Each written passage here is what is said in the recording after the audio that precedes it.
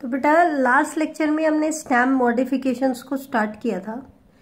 अब हम इसी में वीक एरियल स्टेम की मॉडिफिकेशन को डिस्कस करेंगे, जिसमें हम सबसे पहले आते हैं ट्विनर्स एंड क्लाइंबर्स। कि ट्विनर्स एंड क्लाइंबर्स क्या है, दोनों का कंपैरिजन बहुत इंपॉर्टेंट है। तो पहले हम दोनों के बारे में बात कर लेते हैं, फिर इनका कंपैरिजन कर लेंगे। तो बेटा ट्विनर का मतलब क्या होता है? ट्विन वर्ड का मतलब होता है, ट्विन मीन्स लाइक ए रोप, एक रस्सी की तरह। अगर कोई प्लांट के चारों, कोई प्लांट एक रस्सी की तरह किसी सपोर्ट के चारों तरफ सर्कुलेट हो जाता है, राउंड अप हो जाता है, मतलब उससे कहीं पे कनेक्टेड नहीं है लेकिन लिपटा हुआ है, जैसे कि हम एक रस्सी को लपेट देते हैं, तो उन प्लांट्स को हम कहते हैं ट्विनर्स। ठीक है, तो इसका मतलब क्योंकि वो प्लांट की स्टेम ट्विन कर रही है, तो that means these plants have sensitive, flexible and long stem। इनकी जो स्टेम होती है वो सेंसिटिव होती है, फ्लेक्सिबल होती है और लॉन्ग होती है। ठीक है, इनके बारे में एक चीज ध्यान रखना,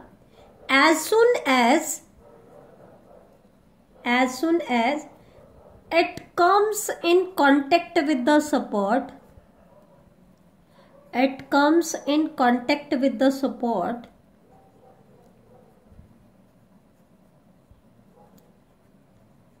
the stem coils around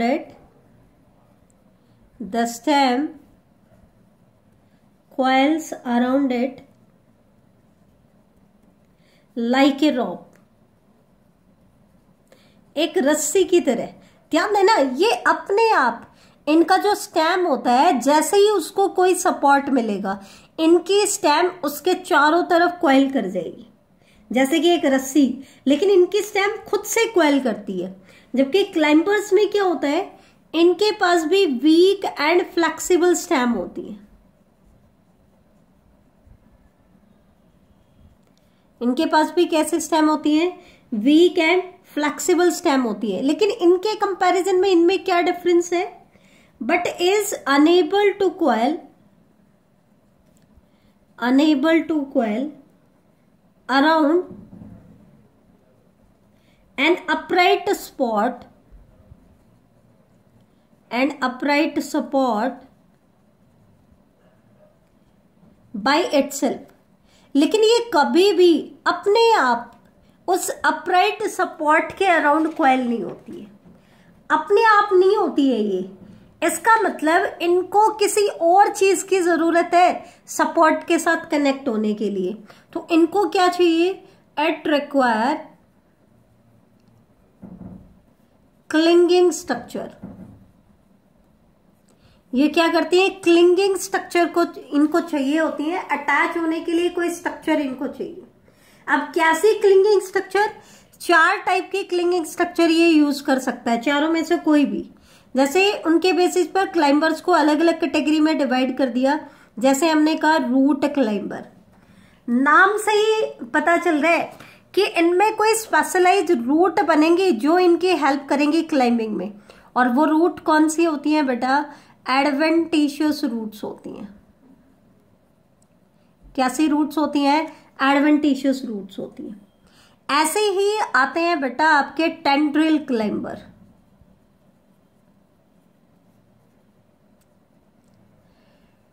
tendril जो क्लाइंबर्स होते हैं, उनमें सपोर्ट के साथ कनेक्ट होने में उनकी हेल्प कौन करेगा? टेंड्रिल्स करेंगे। ठीक है, ये जो कॉइल स्ट्रक्चर्स होती हैं, ये इनकी हेल्प करते हैं सपोर्ट के साथ कनेक्ट होने में। अब ये टेंड्रिल क्या है? स्टेम की मॉडिफिकेशन हो सकती है या लीफ की मॉडिफिकेशन हो सकती है, लेकिन इनमें टेंड्रिल बनेंगे और टेंड्रिल इनको सपोर्ट के साथ क्या करेंगे? कनेक्ट करेंगे। ऐसे ही एक तरह के क्लाइंबर्स आते हैं स्क्रैम्बलर्स हम किन्हें कहते हैं बेटा? स्क्रैम्बलर्स जो होते हैं, इनमें जो अटैचमेंट होती है, क्लिंगिंग स्ट्रक्चर होती है, वो क्या होती है? कर्व्ड थॉर्न्स होते हैं। क्या होता है? कर्व्ड थॉर्न्स होते हैं, जो किसी सपोर्ट के अंदर पिंच होकर के उसके साथ कनेक्ट करने में इसकी हेल्प करते हैं। एक आते हैं बेटा लियनाज। लियनाज को एक्चुअल में हम क्या कहते हैं, वुडी क्लाइंबर भी कहते हैं। लियनाज को कॉमनली क्या कहा जाता है, वुडी क्लाइंबर भी कहा जाता है। ठीक है, मतलब क्लाइंबर है लेकिन वुडी है। ऐसे वुडी क्लाइंबर्स के लिए क्या वर्ड यूज किया जाता है बेटा, लियनाज वर्ड यूज किया जाता है। ध्यान देना, लियनाज एक्चुअल में ट्विनर्स भी होते हैं, कुछ वुडी ट्विनर्स भी होते हैं, कुछ वुडी क्लाइंबर्स भी होते हैं, तो ये चीज ध्यान रखना। तो ये तो था इनमें क्लाइंबर, इनकी जो क्लिंगिंग स्ट्रक्चर की, क्योंकि इनका जो टिप है जैसे ही उसको सपोर्ट मिलेगा वो खुद से कॉइल नहीं होता है, इनमें खुद से कॉइल हो जाता है, तो इनको किसी क्लिंगिंग स्ट्रक्चर की जरूरत होती है। अब क्वेश्चन आता है कि सपोर्ट को ढूंढे कैसे, तो ध्यान देना, जो ट्विनर्स होते हैं बेटा, इनके केस में इनकी जो स्टेम टिप होती है, it undergo regular circular movements.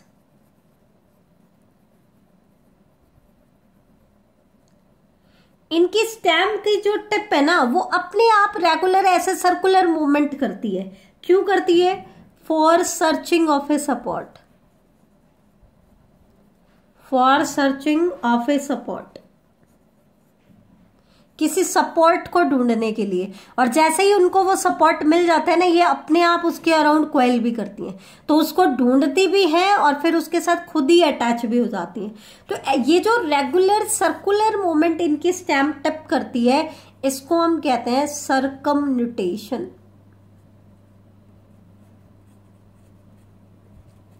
क्या कहते हैं बेटा, सर्कमन्यूटेशन। जबकि क्लाइंबर्स में सर्कमन्यूटेशन नहीं होती है। ध्यान से सुनना बेटा, मैं दोबारा बता रही हूं। ट्विनर्स जो है ये सबसे पहले अपने सपोर्ट को ढूंढेंगे।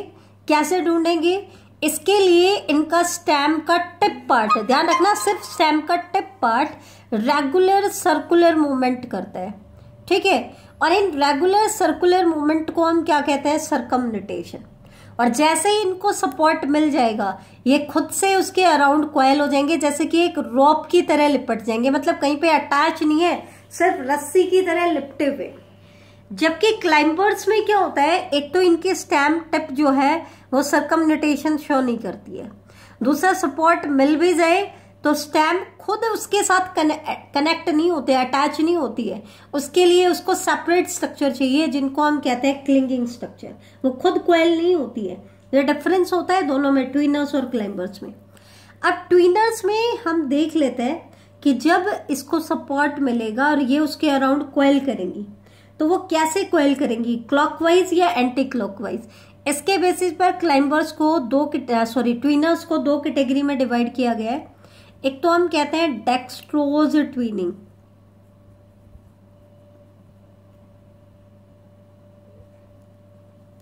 और एक होती है सिनिस्ट्रोज ट्विनिंग, सिनिस्ट्रोज। डेक्स्ट्रोज का मतलब होता है क्लॉकवाइज,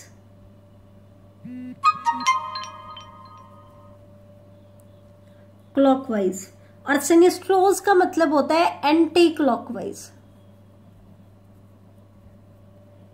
मतलब क्लॉकवाइज तो क्या होता है, जिस डायरेक्शन में क्लॉज मूवमेंट करती है। ऐसे अगर आप, ये स्टेम है, ठीक है, ये स्टेम है जैसे, और इसके अराउंड कोई भी ट्विनर जो है वो कॉइलिंग कर रहा है, तो इसको ऐसे टिप के ऊपर से ऐसे करके देखोगे ना, तो आपको समझ आ जाएगा कि कॉइलिंग क्लॉकवाइज है या एंटी क्लॉकवाइज है। तो क्लॉकवाइज जो कॉइलिंग है, उसमें आपको कैसी कॉइलिंग देखने को मिलेगी कि ये आपकी स्टेम है, ठीक है, और इसके केस में ऐसी कॉइलिंग आपको देखने को मिलेगी, ऐसी आपको दिखाई देगी स्ट्रक्चर। ध्यान से देखना, इस तरीके से अगर आपको स्ट्रक्चर दिखाई दे रही है तो उसको हम कहते हैं क्लॉकवाइज, ठीक है। जबकि सिनिस्ट्रोज में कैसी होती है, एंटी क्लॉकवाइज, इससे विपरीत पीछे से आपको दिखाई देगी, एंटी क्लॉकवाइज कॉइलिंग होती है। तो क्लॉकवाइज जो ट्विनिंग होती है वो किस में होती है, डॉलीकॉज। एक एग्जाम्पल है डॉलीकॉज, इसको हम लबलब भी बोलते हैं। ये क्लॉकवाइज ट्विनिंग शो करता है, मतलब डेक्स्ट्रोज ट्विनिंग शो करता है। और कन्वोल्वुलस जो होता है बेटा, ये सिनिस्ट्रोज कॉइलिंग शो करता है, कन्वोल्वुलस वुलस। हाइपोमिया जो होता है उसमें भी एंटी क्लॉकवाइज क्वेलिंग होती है, तो ये चीज ध्यान रखना। अब हम एक बार देख लेते हैं ट्विनर्स और क्लाइंबर्स में डिफरेंस, कि इन दोनों में डिफरेंस क्या होता है। तो वो एक बार और देख लो, क्योंकि डिफरेंस इनका इंपॉर्टेंट है, तो वो एक बार ध्यान से देखेंगे आप। ये है हमारे ट्विनर्स एंड क्लाइंबर्स। तो ट्विनर्स में क्या होता है बेटा, इनकी स्टेम वीक होती है लेकिन वो कांटेक्ट के लिए सेंसिटिव होती है। इनकी स्टेम भी वीक होती है लेकिन it is not sensitive to contact. Sensitive to contact का मतलब क्या है कि जैसे ही इनको कांटेक्ट मिलेगा ये उसके अराउंड अपने आप कॉइल हो जाएंगी, जबकि ये ऐसा नहीं करती हैं। They are not sensitive to contact. अब ये सेंसिटिव नहीं है कांटेक्ट के, तो इनको कॉइलिंग करने के लिए किसकी हेल्प चाहिए, या इनको क्लिंगिंग करने के लिए क्या चाहिए, क्लिंगिंग स्ट्रक्चर्स चाहिए, क्लिंगिंग ऑर्गन्स चाहिए, जबकि ट्विनर्स को इनकी जरूरत नहीं है। ठीक है, तो ये क्लाइंब अप करेगा with the help of clinging structure, और ये सिंपली रस्सी की तरह क्वेल करके अपराइट पोजीशन में आ जाएगा।